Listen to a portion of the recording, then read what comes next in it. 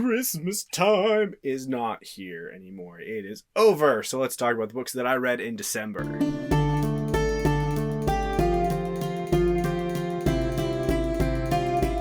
Hello, this is the Ponderings of Pete. I am Pete. Welcome to my channel where I talk about fantasy, I talk about sci-fi, and some other stuff, sometimes some nonfiction, all that jazzy stuff. Before you ask, yes, I am dressed for a funeral because I was at a funeral. And I just like the color black, so I kept the stuff on. In other news, the like button is a thing. Go ahead and hit it if you like this video. Subscribe if you want to see more for some odd reason. And if you want some more conversation, more book nerds, go ahead and check out the Discord, which is now live down below in the description. Yeah, that's all I have. Cool, let's get down to what I read in December, which was a measly amount. It was 5 books. 5.5, roughly. First one we're going to talk about. Fireborn by Rosaria Munda. This book was one that wasn't actually on my TBR at the beginning of the month because it was a secret. It was for the BookTube Secret Santa.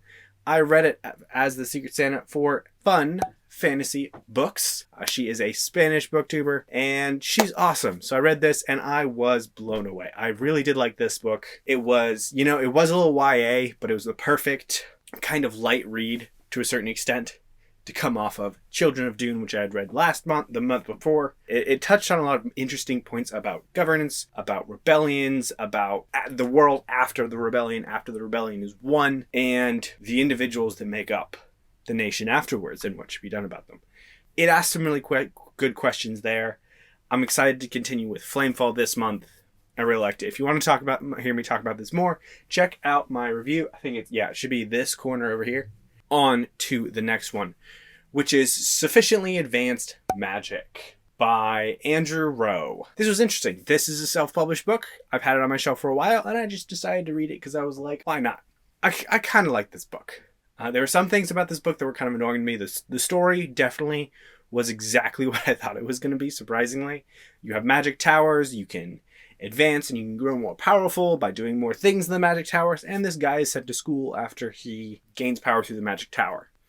That's an interesting bar, but power through the magic tower and conspiracies, and honestly, I wish the conspiracy had been more of a focus of the book, because there is a lot of conspiracies going on, but they felt like sideshows compared to the character's main ambition, which is gaining more power. This is what I've been told is a progression fantasy. I wasn't sure if this was a lit RPG at first, but it is not. Lit RPG is actually more intense with the whole skill trees and all this other jazz that's really explicitly gamey. And I thought this one was explicitly gamey enough because they talk about, hey, this is how much mana I have. And I'm like, okay, cool. That kind of takes me out of the story a little bit. But the main character talks a lot, like inner monologues a lot about how he's going to make more things and get better at his powers and such. That took me out of it a little bit. I think the story as itself was really solid, actually. And I thought it was cool. It's just the progression parts of the story just didn't vibe with me. The other progression fantasy I have on my TBR is Will White's Unsouled, first in the Cradle series.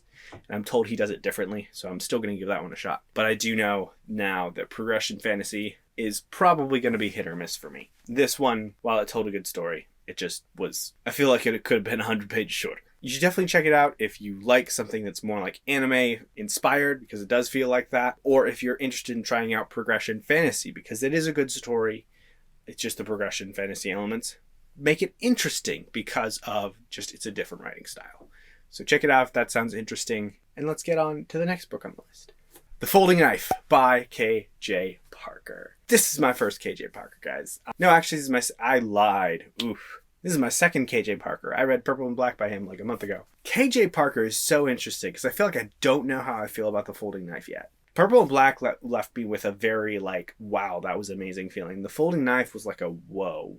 I just gotta sit, and I still feel like I need to sit on it. K.J. Parker is a really good writer.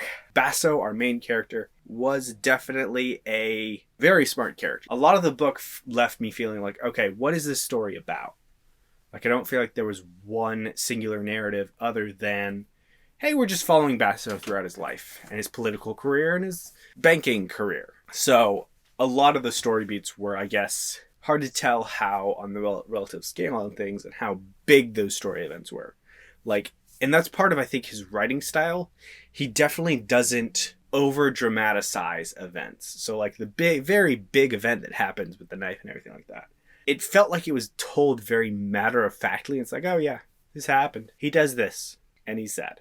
So it's definitely not an overly emotional style of writing, but he definitely knows how to communicate crazy concepts like, hi, we're gonna make fake money, which is technically what dollar bills are. So this is a very fantastical economics-based book. I wouldn't say you have to understand a lot of finance in order to go into this book, because he does kind of explain a little bit what's going on, because they say, oh yeah, we're doing this, this, and this, and they're like, oh yeah, we're doing this.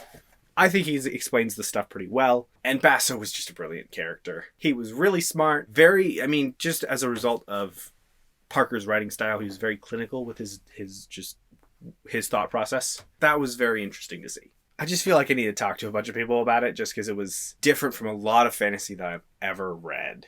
And I know it was very, very well written. Like, just reading it, it's very well written, but it's just kind of like, I don't know what I expected out of this book, and I don't know what I got out of this book. Because the ending is not your typical fantasy ending. I mean, with KJ Parker, I think now, don't expect super happy things. But it's not also like Robin Hobb level of personal injury emotion. It's just, wow, whoa. I really can't really talk that much more without spoiling the book. But definitely check out KJ Parker and The Folding Knife if you're interested in fantasy economics and banking and a really, really smart main character. Because he does write him really well as a really smart main character. Next up, Leviathan Falls by James S.A. Corey. This is another one that I feel like I still just haven't fully processed yet. This was book 9 in The Expanse, written by Daniel Abraham and Ty Frank as James S.A. Corey. I've loved this series.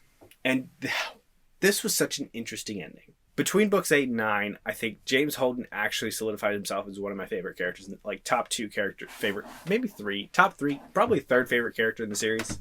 Maybe 4. But, like, still, he solidified himself as a definite favorite. Because I think his arc is so interesting, from his very weirdly optimistic and self-righteous self in the first one, to the character he is at the end of 9, just even at the beginning of 9, it's just like, whoa, they're really going into it. You can really see like Daniel Abraham going full bore with just everything that he was going through. And that was really, really good to see. So I think the ending was appropriate.